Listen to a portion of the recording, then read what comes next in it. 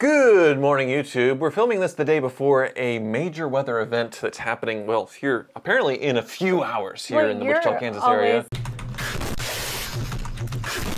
It's like, oh, this is so unusual. There's so many storms coming through. No, this is Kansas. Everyone It has been very unusual, but they're basically predicting this to happen. Twister, you know, when the tornado intercept vehicles show up, you know, well, you're probably in a bad spot. And, well, back in 1996, it was a red Dodge Ram that they sucked into the Twister, and the kiddos watched it over the weekend for the first time with me, and they're obsessed with tornadoes now. I'm not obsessed with tornadoes, and it is definitely, we're in Tornado Alley, and every time I bring up I live in Kansas, that's all anyone wants to talk about is tornadoes. This week, Neelix's cow. Another cow. Oh no, poor Neelix. We need to put some weights on her. It's an iconic movie, which I imagine has triggered and inspired a whole generation of storm chasers that have built very durable vehicles. Poor Neelix. Most recently, the most famous one right now is Dominator. Reed Timmer, who we've been watching all over YouTube doing some crazy things. And you can see his is based on a Ford Super Duty that he put Falcon doors or gull-wing doors on. So cool. But the specs are insane. It's armored with 16-gauge ballistic steel. Those doors must be so heavy. Like, how do they even stay up in that position? Oh, they got beefy hydraulic rams. It looks like a set of two. Crazy. For each, you know, on the DeLoreans and other cars, it's just one. Kind of looks like an Aztec from the front. Yeah, 10 layers of Kevlar. Kevlar was invented by a female scientist, just so you know. Top coat covered with Line-X. Polycarbonate windows. So cool. Removable rocket system for tornado probe deployment. What? So they don't have to launch Dorothy, like, get her out of the truck. They can just shoot it into the tornado. They have tornado probes? RM Young anemometer and Campbell scientific data logger. Whoa. Onward spikes to help anchor the vehicle. They go into the ground. Oh, yeah. Rigid Industries lighting, gull-wing doors, exterior speaker PA system, and Jaws of Life and many other rescue tools to help people once this happens. But the Dominator is a bit of a hoopty, apparently, because it broke down. How did it break down? I don't know the details of it, but Reed Timmer decided to rent a vehicle while Dominator had some repairs made during a very active period of storms and tornadoes and things. And it looked like it was a Chevy Suburban or something like that, maybe a truck, and it just got annihilated. So obviously, a rental car where he got the full insurance, and he returned it beat to hell, which is not the first time or the second time or the 100th time that he or another storm chaser has done this. And well, what do you think of the ethics of that? Renting a car to storm chase him? I think he's going to get banned. Like, his face is going to be postered all along all the rental cars, and it's going to be like, do not let this man rent a car from you.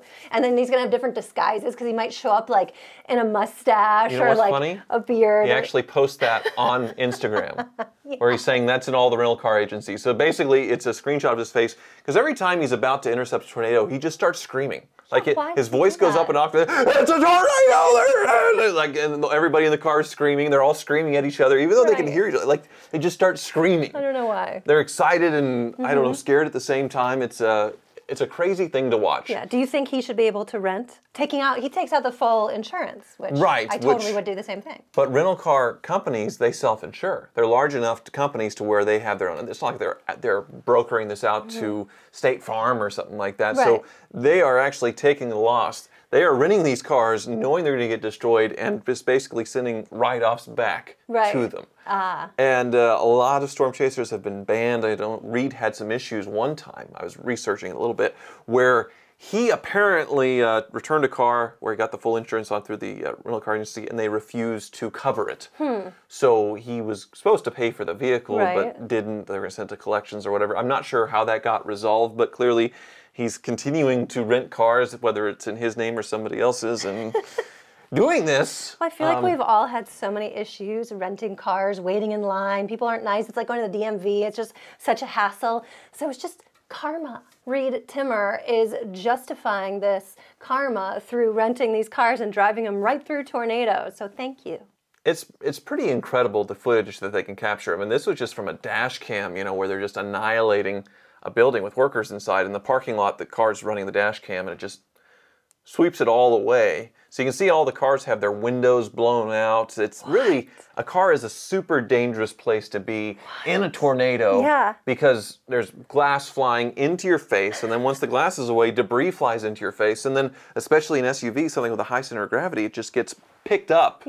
Or rolled over, Terrifying. as Reed Timmer showed in one footage where he has really good instincts because he was in that rental with the shattered windshield, basically drove it into a tornado. Not his intercept vehicle, but some Chevy Suburban rental. He's like, this is getting a little intense. I'm going to back up. And a Ford truck actually passes him or is hanging out in the storm as well for whatever reason. He reverses out of it just at the right time, and then when they drive back up, that Ford truck is upside down in the ditch.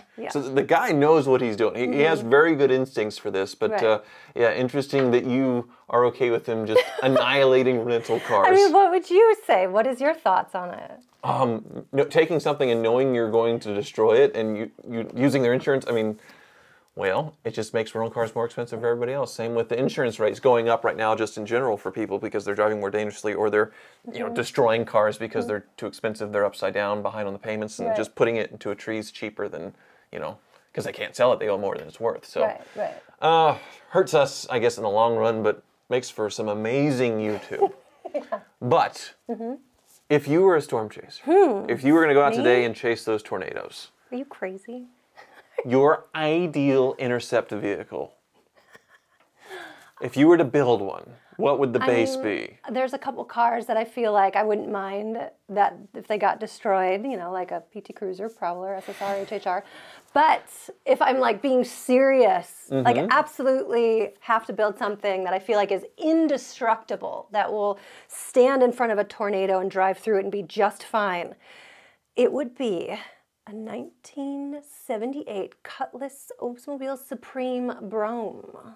Yes, the famous Chicago Cutless. You know what I'm talking about? The rusty, ruined Cutless that just won't die, that's going around the streets of Chicago? Won't die. It's been in Chicago its whole life, rusted to pieces, but it's somehow still holding up. It's still together. That is the ultimate machine. If it can handle Chicago for that long, it can handle any tornado. I'd do some modifications to it, like a kind of a rebar cage around it. Well, that would, because structurally the car is failing. It is sagging and almost dragging on the ground because the floors are gone and everything else is gone. So structurally it's compromised. That's why I need some rebar, like an exoskeleton cage around it. I put some augers under it to dig itself in the ground.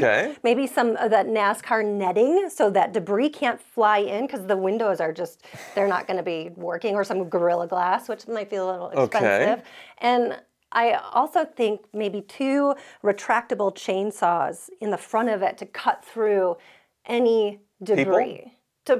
I mean, who knows what could be in front of you? Cows, cats, this sounds more like Mad Max type, Destruction Derby type thing rather than, it looks like something that'd be in a video game. I'm trying to think of the video, like it was Destruction Derby or Twisted Metal. That's what it was. There's a Twisted Metal car in there. Or there's a Driver. That was another one with a hoopty. I think it was an old Cutlass.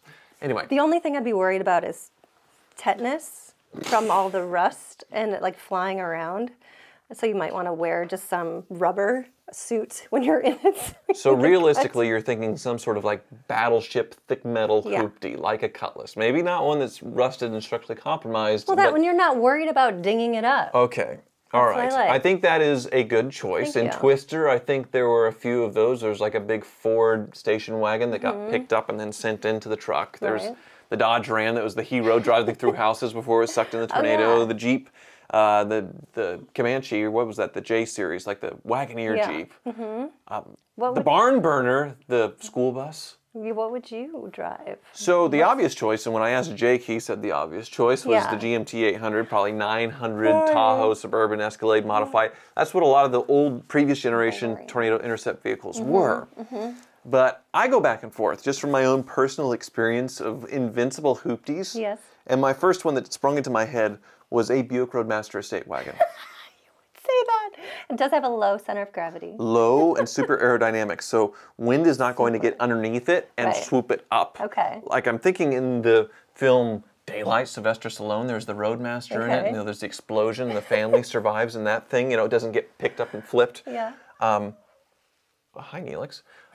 It already has the Vista roof, which you could modify into a view-out turret to have like a full view of the tornado. I like that.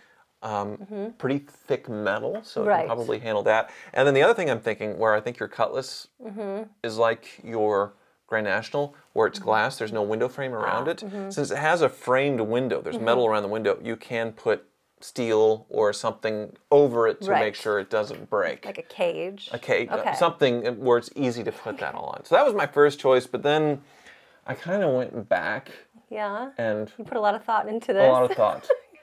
And the one vehicle that surprised me with its invincibility Yes. is my Mercedes ML55 AMG. Really? It was stolen, driven, true. like used as a bulldozer to take out trees about that thick when the guy decided to Right. ditch it in the woods. And all of it buffed out. It had virtually no damage from all of that in days of this crackhead living inside of it. Really? And the AMG engine, pretty invincible, Yep. fast to get around all that stuff. And then I'm just thinking, well, there's a ready-made template for it too. Jurassic Park 2. The Mercedes MLs and the camo and all the cladding and the armor and all that Right. stuff. It even has a turret. If you look at the photos of it, they Yeah. have like a turret thing on it. Just basically tell someone to make the Jurassic Park 2 Mercedes. Yes. Out of an ML55. Yes. And you have the perfect tornado intercept vehicle. Huh, I like it. Okay. It's low enough to the ground. They're very stable vehicles as far as the rollover risk. Very aerodynamic, so it's not as bricky as far as it getting blown over. And just really tough for whatever reason. I know those things were built in Alabama and they called them the Alabama trash can, but they're actually Great. pretty darn good. Traditional suspension on them, where, you know, it's not an air suspension that would pop, even though I think air ride would be good to where it can lower down to the ground and then spike it in. But yeah, that is my tornado intercept vehicle. Whose is better? Mine, obviously. What would you feel safer in? A modern car with airbags, not one that's about to rust in two and fall apart. But we're laughing. Tonight is probably going to be a very serious evening. And we'll see. I know I said this never been like this before, but really it's been many years, many years since I've experienced, say, a tornado outbreak where there's so many in just a close span of us. And now we had one round about a week ago, and now we're having another. And, Right. This is unusual. Your first storm season in Kansas is a very unusual one. You say it's unusual, but I think it's the norm. It's not. I promise. Please don't go back to Chicago. Okay. Please. Thank you so much for watching. You're not going anywhere.